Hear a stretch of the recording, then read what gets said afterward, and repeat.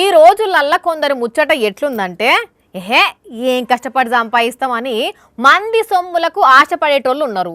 ఒకళ్ళని ముంచైనా డబ్బులు సంపాదిస్తారు, లేకుంటే దొంగతనంగానైనా డబ్బులు కొట్టేస్తారు. అట్లుంటది కొందరు సక్కదనం.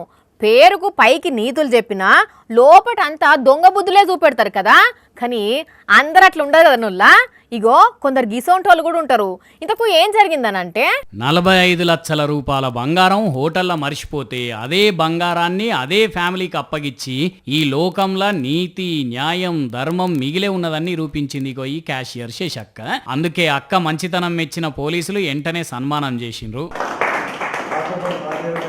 ఈ అన్నోళ్ళు తిరుమల నుంచి బెంగళూరు పోయేటప్పుడు హోటల్లోనే బంగారం మర్చిపోయినరట.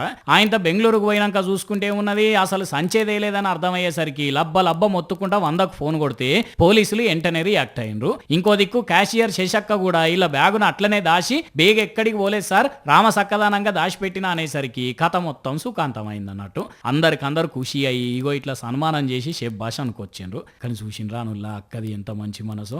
45 లక్షల రూపాయల బంగారం దొరికినా మాత్రం ఆశ పడకుండా అట్లనే చేతిలో పెట్టిందంటే అక్కకు ఎన్ని లక్షల దండాలు పెట్టినా తక్కువైపోండ్రి. సూపర్ అంటే సూపర్ అక్క నువ్వు. నీ అసొంటోళ్ళు ఊరుకొక్కలుంటే చాలు లోకంలో ధర్మం రాజ్యం వెళ్తుంది అని అనుకోవట్టిరట.